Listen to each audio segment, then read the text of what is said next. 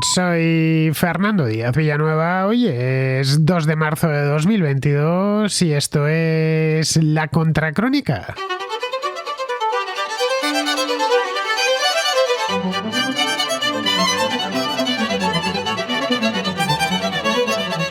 El precio del petróleo y del gas natural siguen al alza tras la invasión de Ucrania el jueves pasado por parte del ejército ruso. El conflicto no se ha resuelto rápidamente, tal y como esperaban en el Kremlin, a causa de la denodada resistencia ucraniana y de la posición de firmeza que han mostrado Estados Unidos y la Unión Europea. Estas dos últimas han aprobado además duras sanciones contra el régimen de Vladimir Putin, cuyas consecuencias, tanto en la economía rusa como en la economía mundial, están ya empezándose a sentir. Los futuros del barril de crudo Brent, el de referencia en Europa para el mes de mayo, están ya por encima de los $100 y los del barril Texas, el WTI, el de referencia en Estados Unidos, se han colocado en $98. Mientras dure la guerra y la inestabilidad, nada hace pensar que el mercado energético se tome un respiro. Hay de hecho preocupación por los suministros y mucho nerviosismo en el mercado petrolero. Empresas gigantes, como el caso de BP o de Shell, han anunciado que abandonarán sus operaciones en Rusia, cortando toda la relación que tienen con empresas petroleras rusas. Para complicar aún más las cosas, la mayor compañía naviera del mundo, la danesa Maersk, adelantó ayer que sus buques dejarían de recalar en puertos rusos. Maersk, una compañía bien conocida por todo el mundo y especialista en el transporte de contenedores por vía marítima, cuenta con una flota de más de 700 barcos portacontenedores, entre los que se encuentran algunos de los más grandes del mundo. Bien, ante semejante panorama, que como vemos es un tanto desalentador, Estados Unidos y sus aliados de la OTAN están ultimando una liberación coordinada de existencias de crudo, las famosas reservas estratégicas, para mitigar la interrupción de suministro, una posible interrupción de suministro. No se sabe aún, no lo han decidido aún y ni se sabe aún a cuánto ascenderá esta liberación, pero los analistas creen que serán unos 60 o 70 millones de barriles de petróleo. Puede parecer mucho y evidentemente pues 60 o 70 millones de barriles es mucho, pero no es tanto, de hecho es muy poquito si lo comparamos con lo que se consume diariamente en todo el mundo. El mundo consume casi 100 millones de barriles al día, entre 95 y 100 millones dependiendo del año. Solo Estados Unidos consume un promedio anual de 20 millones de barriles, diariamente digo, por lo que de liberarse 60 millones de barriles daría para 3 días de consumo en Estados Unidos.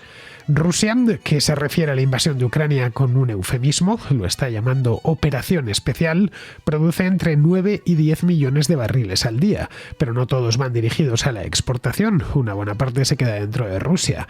De los 9-10 millones de barriles al día exporta aproximadamente la mitad. Seguramente querrá vender más a partir de ahora en el extranjero para aprovisionarse de divisas con las que sostener el esfuerzo bélico.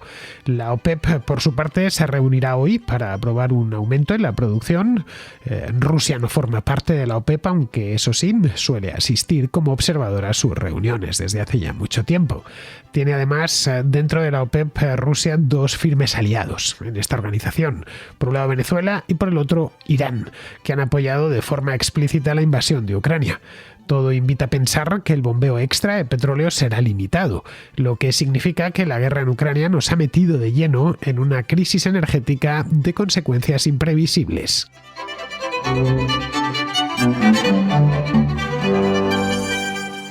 Hace casi 49 años, en octubre de 1973, una coalición árabe, capitaneada por Egipto y por Siria, atacó a Israel por sorpresa.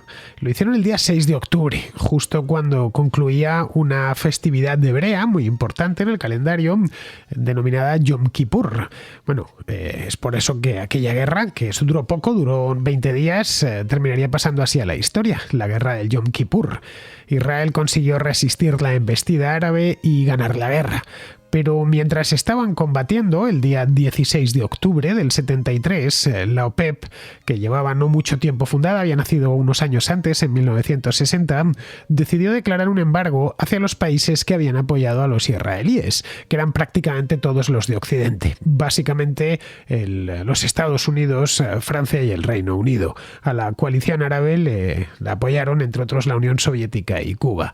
Bien, el embargo ocasionó un repunte brutal en el precio del barril y dio comienzo a la llamada crisis del petróleo, la crisis del 73, que tuvo consecuencias trágicas para la economía mundial y que aceleró una serie de transformaciones en todos los ámbitos, pero sobre todo en el mercado energético, que aún no han concluido. Fue entonces cuando Occidente se percató de la dependencia que tenía del petróleo, una materia prima que a escala global es abundante, pero que está concentrada en un número muy limitado de países, buena parte de ellos en Oriente Medio. Fue entonces, por ejemplo, cuando empezó a librarse la batalla de la eficiencia energética, que todavía no ha concluido, pero los que no recordamos el mundo antes de la crisis del petróleo siempre hemos oído hablar de la eficiencia energética. Antes de la crisis del 73 nadie hablaba de eso porque el petróleo era muy barato.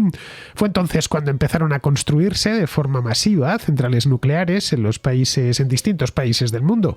En los europeos se construyeron en los años 70 y 80 muchísimas. Las españolas, por ejemplo, como comentaba en aquel programa que hice hace no mucho con el operador nuclear, son todas o casi todas, con alguna excepción, como las dos primeras. El resto se construyeron todas entre los 70 y los 80. Luego, posteriormente, ya no se hizo ninguna más por la moratoria. O fue en esa misma época cuando arrancó el desarrollo de las energías renovables. No de la hidráulica, que ya existía, pero sí de las más modernas, como la eólica o la fotovoltaica, que en los años 70 u 80 estaban todavía en pañales.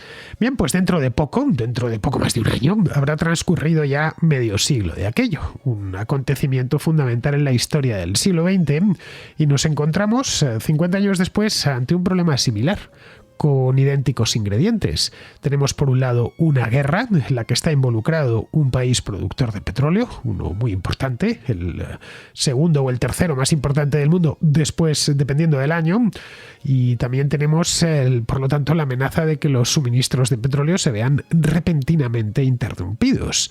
Desde que Rusia atacó a Ucrania, de esto hace ya va para una semana, el pasado 24 de febrero, el precio del petróleo ya ha reaccionado sin necesidad de embargo ni de interrupción ni nada de nada.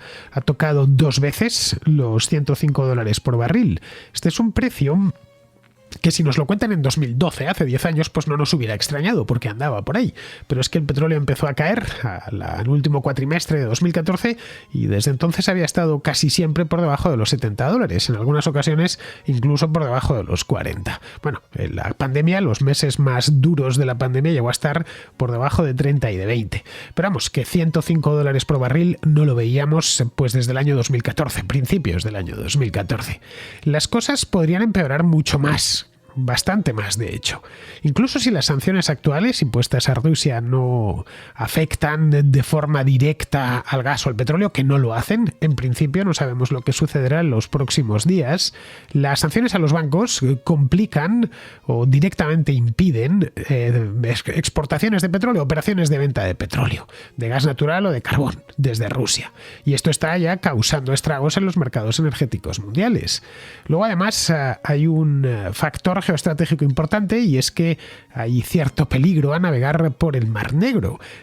Turquía ha cerrado los estrechos a la navegación de buques de guerra, pero pueden seguir haciéndolo los mercantes. Ahora bien, eso no significa que haya mercantes o que los mercantes que se aventuren ahí no lo hagan cruzando los dedos. Hay cierto peligro en navegar por el Mar Negro, sobre todo por la costa norte, y eso ralentizará la llegada de crudo proveniente de productores de tierra adentro, como el caso de Kazajistán, que saca su petróleo a través del Volga y del Don, canal que une desde el Mar Caspio, une ambos ríos y desemboca eso en una zona de guerra actualmente, en el Mar de Azov. Bien, esta crisis nos viene a decir que ha llegado la hora, y esto es importante remarcarlo, de que los gobiernos occidentales sean sinceros con sus ciudadanos sobre la cuestión energética. Digo que ha llegado la hora porque por llegar llegó hace mucho tiempo, pero esta vez ya sí que no pueden seguir escondiéndose detrás de una margarita. Deben decirles lo dependientes que seguimos siendo del gas y del petróleo. Para encender la luz, para encender la calefacción en invierno, el aire acondicionado en verano, para poder viajar en coche, para poder viajar en avión, tienen que explicar a su ciudadanía que con la energía no se debe jugar, que es exactamente lo que han estado haciendo los últimos años, que si se apaga la luz o se interrumpe el suministro eléctrico, se apaga también el país y se evapora en el acto de un minuto para el otro, se evapora el bienestar. Incluso Aunque la guerra de Ucrania dure poco, y deseamos todos que dure poco, los gobiernos occidentales se enfrentan a una realidad que ya no pueden escapar. Y es la de hacer cambios fundamentales, claves en su política energética. Y eso pasa necesariamente por ser realista. Porque aunque acabe la guerra mañana o pasado mañana, la inestabilidad va a permanecer. Y Vladimir Putin no va a desaparecer de un día para otro. Va a quedar una posguerra un tanto desagradable y siempre con la espada de Damocles encima de la seguridad energética. Y esto supone un cambio crucial porque la Unión Europea en este aspecto ha sido durante las últimas décadas, también en buena medida Estados Unidos, han sido esencialmente idealistas. Han tenido una política energética basada en ideales y no basada en realidades. En los próximos días, las exportaciones rusas de productos energéticos, como puede ser el petróleo o el gas natural, se reducirán significativamente. Y esto aunque no haya embargo de por medio, ni sanciones de por medio, porque toda la cadena que empieza en un pozo petrolero en Rusia y termina en la gasolinera que está junto a nuestra casa, se va a ver afectada, se está viendo afectada ya. El exportador lo tiene más difícil, el importador también, el banco que emite la carta de crédito también, los que necesitan asegurar la carga también, y así podría continuar, así un largo etcétera de agentes que pues ya mismo son muy cautelosos con todas las transacciones, con todos los eslabones de la cadena. Bien, esto fue lo que pasó en Irán hace no mucho tiempo. No me estoy inventando nada. Esto, como casi todo, ha sucedido ya. Las empresas, cuando se decretaron las sanciones contra Irán, las empresas que comerciaban con Irán tendían a cumplir con un celo exquisito las sanciones para evitar represalias estadounidenses. Bien, en el caso actual, las empresas se mostrarán aún más reacias a comerciar con Rusia o procesar pagos rusos por temor al daño que eso puede infligir en la reputación de la propia empresa o a la presión de los inversores, o directamente a que las sancionen a ellas y tomen medidas contra la propia compañía.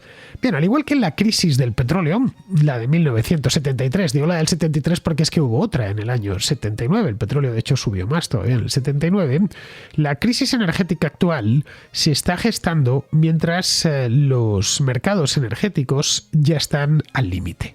Ya estaban antes de la invasión de Ucrania, porque a veces tendemos a pensar, o probablemente en el futuro los políticos traten de utilizar la guerra en Ucrania como una suerte de excusa para todo, la coartada perfecta. Todo iba perfecto hasta que llegó la crisis en Ucrania, hasta que llegó la invasión de Ucrania y yo no he sido responsable de todo lo mal que está saliendo. Ojo, yo os lo digo hoy que estamos a 2 de marzo. Ya veréis como dentro de 2-3 meses gobiernos de distintas partes del mundo, para tapar su mala gestión, tiran de Putin y tiran de la guerra en Ucrania para decir que la culpa no ha sido suya, que ellos lo hicieron lo mejor que podían, que hasta el 24 de febrero de 2022 todo marchaba como la seda y que fue culpa de esta guerra que las cosas no estén saliendo como ellos pensaban. Bien, no es el caso, ni muchísimo menos, y es importante recordarlo. El mercado energético ya estaba muy tensionado. Era un mercado que estaba ya ahogado en buena medida y que amplificará el impacto de una posible interrupción del suministro ruso. Digo posible porque reducción esa podemos tener claro que se va a producir. Todas las señales, creo que no hay ninguna que vaya en dirección contraria, apuntan a precios más altos. Quizá precios mucho más altos, que se mantendrán aunque la guerra termine pronto. Y para esto, porque os estoy pidiendo, y sobre todo se lo estoy pidiendo a los gobiernos, que sean realistas. Podríamos pensar que nada, que van a llegar mañana un armisticio, luego vendrá un tratado de paz, los dos quedarán satisfechos de aquello, y aquí paz y después gloria. No habrá ningún problema y como si esto no hubiera existido. No, cada día que pasa, cuanto más daño se hacen, más difícil va a ser salir de esta y más daño habrán hecho también a todo el tejido económico mundial.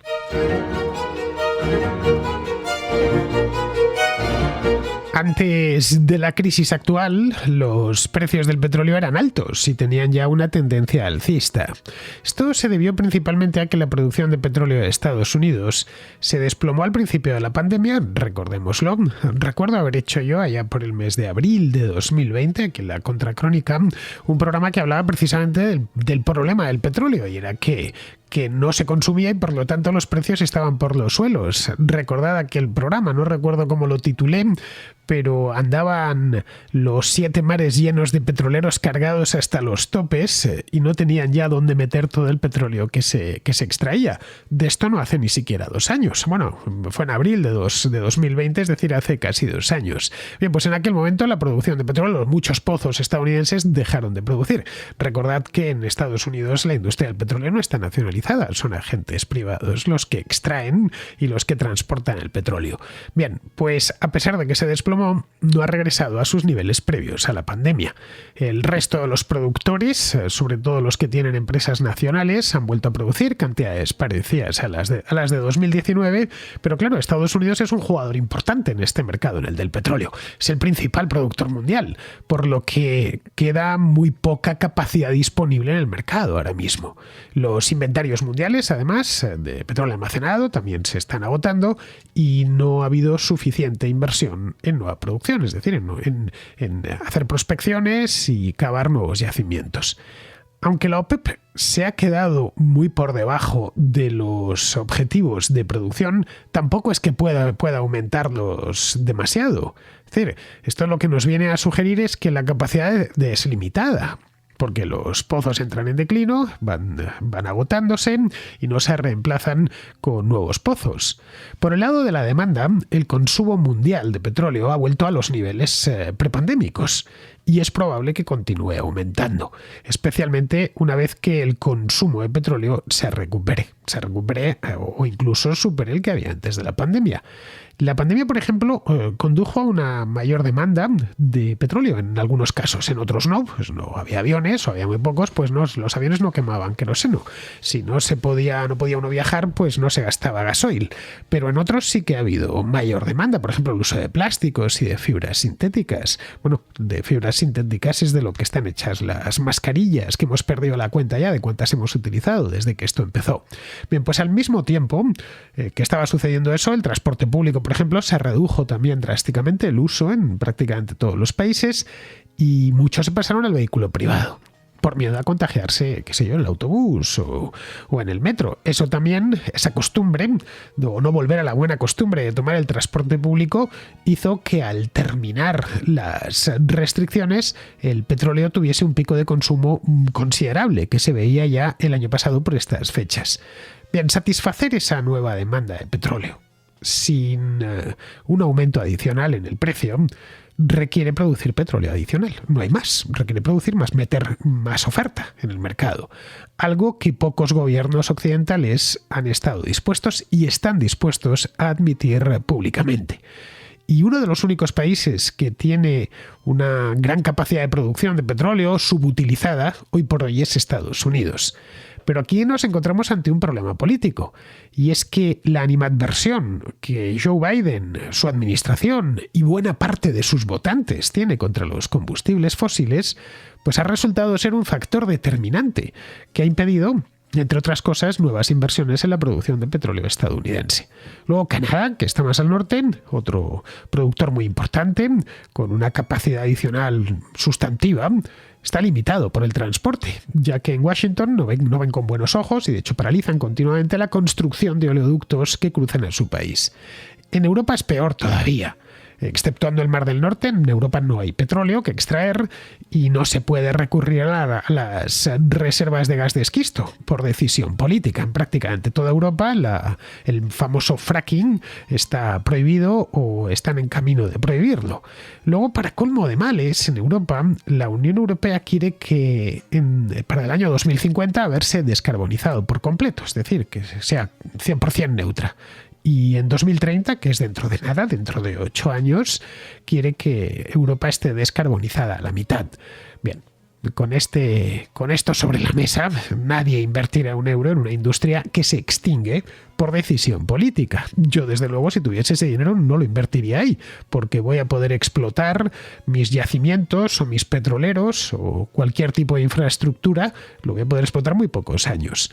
Las nuevas sanciones del pasado fin de semana, que aprobaron los Estados Unidos y la Unión Europea, también el Reino Unido, también Australia o Canadá, aunque fueron redactadas con muchísimo cuidado para dejar fuera las exportaciones rusas de gas natural a Europa, las van a reducir de todas las maneras. Al igual que el mercado mundial de petróleo, el mercado europeo del gas ya estaba en crisis antes de la invasión rusa de Ucrania, debido a las propias acciones de la Unión Europea, mejor dicho, de los políticos que gobiernan en la Unión Europea.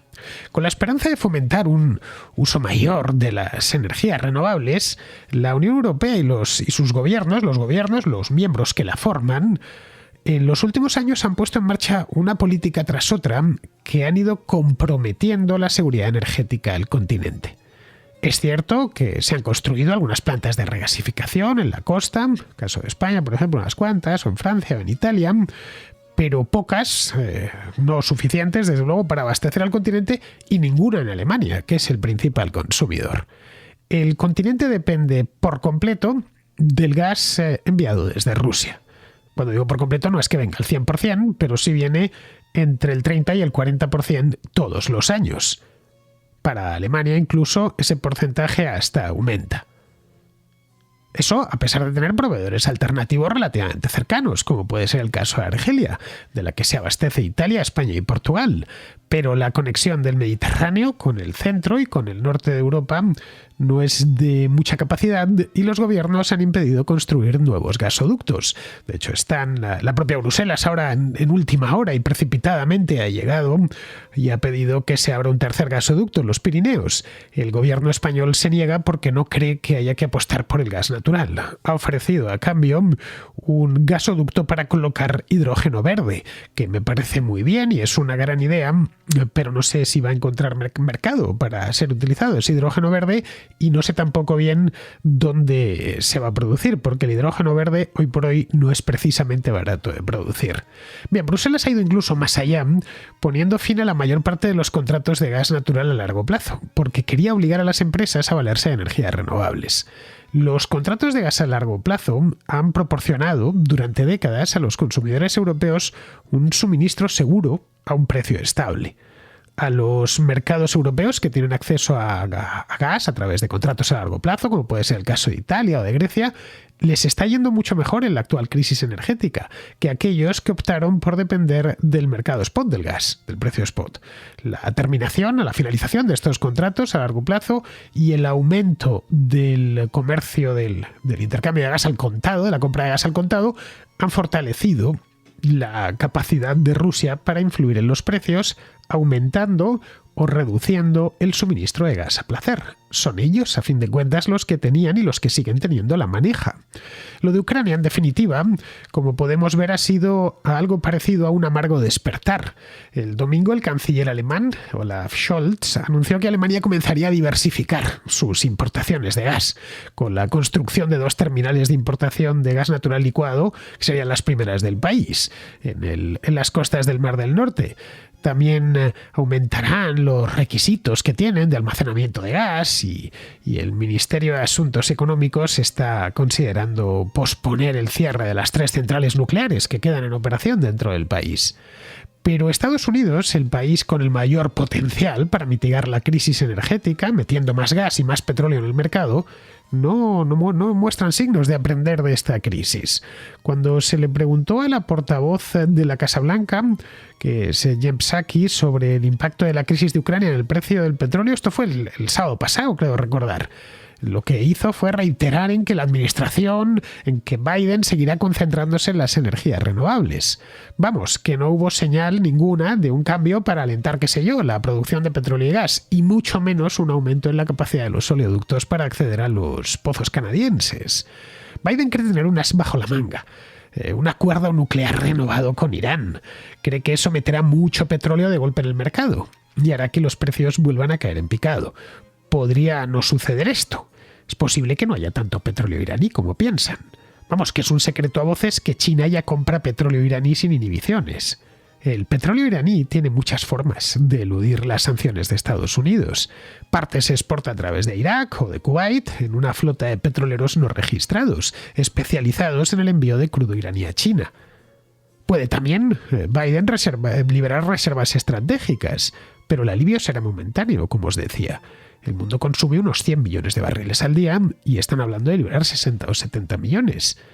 Todo esto significa que Estados Unidos y Europa no podrán reducir los precios a menos que reevalúen su política energética. Los gobiernos de Estados Unidos y de Europa deben decir la verdad a la población, decirles que la energía renovable no puede actualmente sustituir por completo a los combustibles fósiles. Además, la energía solar y la eólica dependen del clima y requieren otras fuentes de energía, el gas natural o la energía nuclear, como respaldo para cuando no sople el viento o no luzca el sol, o cuando sea de noche, vamos.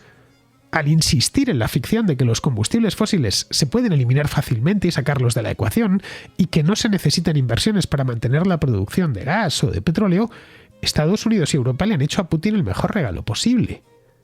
Vamos, que los altos precios de la energía van a tener consecuencias, pueden desencadenar una recesión mundial, una inflación significativa y un descontento popular masivo, como se vio en el mundo ya en 1973 y en 1979. Hay que insistir en ello porque la matraca de los activistas medioambientales no descansa. Nos guste o no nos guste, es igual, ya digo que hay que ser realista y mirar las cosas como son. Los combustibles fósiles se encuentran en casi todo lo que hacemos, incluidos los alimentos, que necesitan tractores, cosechadoras y camiones. Algunas fábricas ya han reducido su producción, incluso han cerrado en Europa, debido a los altos precios del gas natural. Y esto podría provocar una recesión, una crisis. Eso es solo el aviso. Una vez se entra en crisis, arranca la espiral que se va retroalimentando a sí misma. La seguridad energética siempre ha sido un pilar clave de la seguridad nacional, por si lo desconocían. Es hora de que los políticos europeos y estadounidenses se lo digan a la gente y actúen en consecuencia, o la situación no hará más que empeorar. Vamos con la contrarréplica. Empezamos con Carlos, que nos habla de Rusia y del Consejo de Seguridad de la ONU. Hola, Fernando.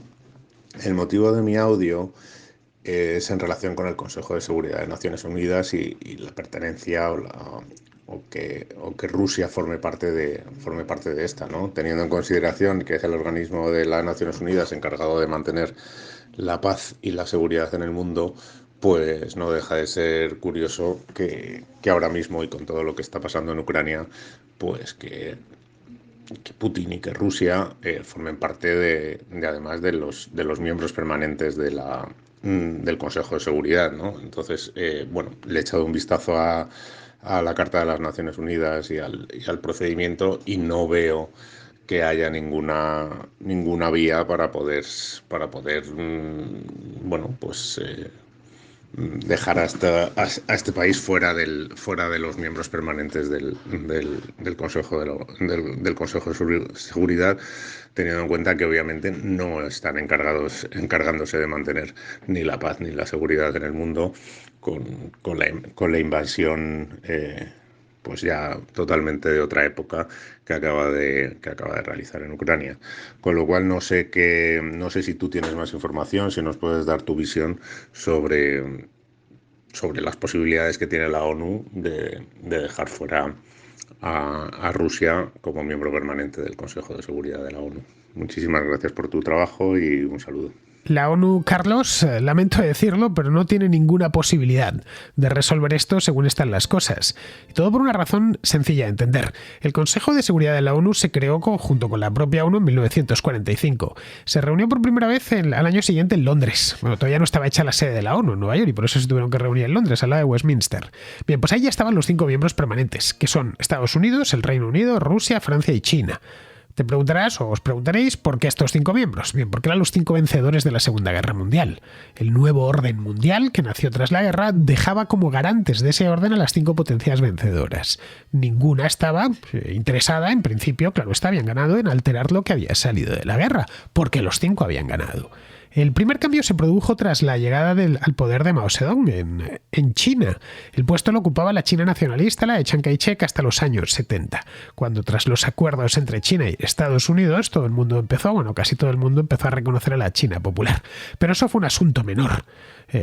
Simplemente se había producido un cambio de gobierno. Pero la China popular se seguía sintiendo heredera de esa China que había ganado la guerra de los japoneses en este caso. Con la Unión Soviética pasó algo distinto. La Unión Soviética desapareció como Estado en 1991 y su puesto lo heredó la Federación Rusa. Hasta ahí todo correcto. La Federación Rusa aceptaba los términos de la implosión de la Unión Soviética y no parecía que había nada que temer. Boris Yeltsin, de hecho, reconoció la independencia de las ex repúblicas soviéticas, incluyendo naturalmente la de Ucrania. El problema vino cuando Vladimir Putin empezó a cuestionar los términos en los que la Unión Soviética desapareció. Ha dicho en muchas ocasiones que la desaparición de la Unión Soviética es la mayor tragedia del siglo XX. Claro, que una cosa es quejarse en público o en privado y otra distinta pasar a la acción, que es lo que ha hecho con Ucrania y lo que hizo con Georgia en 2008. Se le ha pasado 2 veces y esta es la tercera, porque esta vez ha ido mucho más lejos. Ha invadido completamente el país. Tanto en Georgia en 2008 como en Ucrania en 2014 se limitó a regiones muy concretas, pobladas por habitantes de habla rusa. Esta vez ha ido a por todas. Claro, esto ha presentado un problema muy serio, porque uno de los garantes de la seguridad mundial ha violentado esa misma seguridad. Por lo tanto, el Consejo de Seguridad, como dije aquí en la Contra hace unos días, se ha quedado completamente inoperante y fuera de juego. Bueno, se ha convertido en algo parecido a lo que fue la Sociedad de Naciones en el periodo de entreguerras. Hice una contrahistoria hace tiempo sobre la Sociedad de Naciones. Bien, para enfrentar esto, la verdad lo que tenemos ahora mismo, la ONU nos sirve de mucho. Bien, seguimos con Pablo, que nos habla de Ucrania también, pero como no puede ser de otra manera, pero relacionándolo con el gas. Estimado Fernando, gracias por tus contracrónicas y bueno, decirte que sí que es verdad que estás bastante acertado, pero me da a mí que te has dejado tú y muchos los dejáis hablar de un tema que respecto a la invasión de Ucrania también es muy importante. Muy probablemente lo más importante es su voluntad por entrar en la Unión Europea y en la OTAN, especialmente esto, que ya pasó, tenemos el precedente de Georgia. Pero creo que un tema muy importante que explica por qué Rusia ha tenido tanto interés, por qué invadió Crimea y el Donbass y por qué ahora ha querido pues, invadirla completamente es el tema del gas, ya que Rusia es un país, es un petroestado, vive básicamente de sus exportaciones de petróleo y de gas. Y el gas cada vez cobra mayor relevancia por muchos motivos. Eh, Resulta que en los años 2010 aproximadamente pues se descubrieron reservas importantes de gas en Ucrania en 3 zonas separadas. Las aguas internacionales de Crimea, las más importantes, en el este, cerca con en la frontera con Rusia, y una área un poco más pobre en gas en el oeste. Pero Rusia no tenía ningún problema ya que tenía un gobierno títere prorruso y no tiene las capacidades técnicas para esta extracción. Pero después de las revueltas que hubo en Rusia y la instauración de un gobierno más proeuropeo, Ucrania dio concesiones para la extracción de este gas, para las prospecciones a la Shell y a otra compañía, ahora mismo no recuerdo cuál, creo que Exxon. Y estaban empezando en Crimea.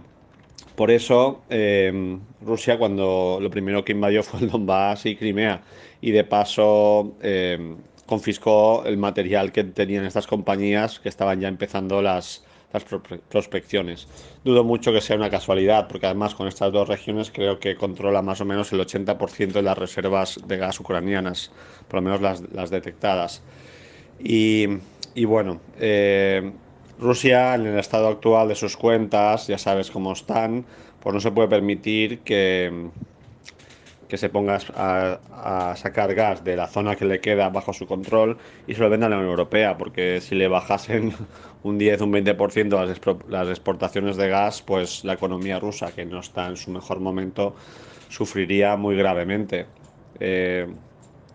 Por eso creo que este motivo también es un motivo muy importante al que no se habla, porque parece que no se puede hablar, no lo sé. Al final las guerras son dinero y es poder también, por supuesto, pero en este caso están muy relacionados y a veces pues creo que se os pasa a más de uno hablar de ello. Para mí es un tema muy importante que explica por qué el interés tan grande de Rusia por esta invasión a sabiendas de que iba a tener consecuencias. Dudo mucho que sea tan ingenuo Putin para pensar que no iba a haberlas. Yo personalmente, Pablo, no creo que las reservas de gas de la costa ucraniana tengan mucho que ver con esta invasión, ¿eh?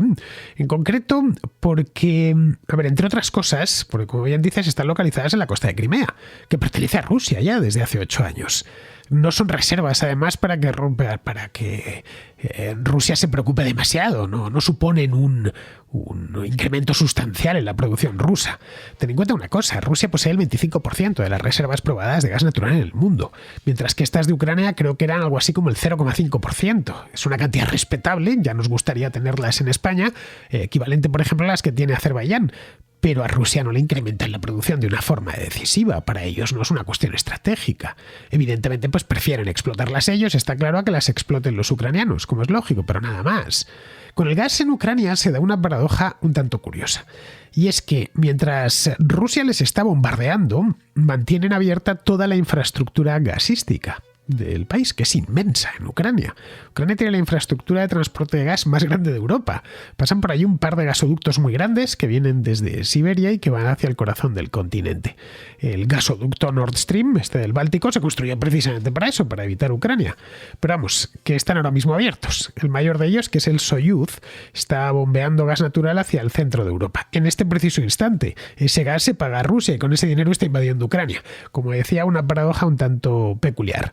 Bien, vamos ahora con Luis, que nos quiere hacer una matización sobre la quiebra del Sberbank, que os comentaba ayer, el mayor banco de Rusia, cuya filial europea anunció el otro día el BCE que está quebrada. Hola Fernando, buenas tardes. Quería hacer un comentario que para matizar simplemente una de las cosas que has dicho hoy en la contrarréplica, en lo referente a la declaración que hizo el Banco Central Europeo anteayer de declarar a la filial europea de Sberbank, del principal banco ruso, quebrando, cerca de quebrar. Para ampliar, lo que se está haciendo con esta declaración tiene un efecto jurídico más allá, que es iniciar un procedimiento que se llama resolución. La resolución es lo mismo que sufrió el Banco Popular en junio de 2017.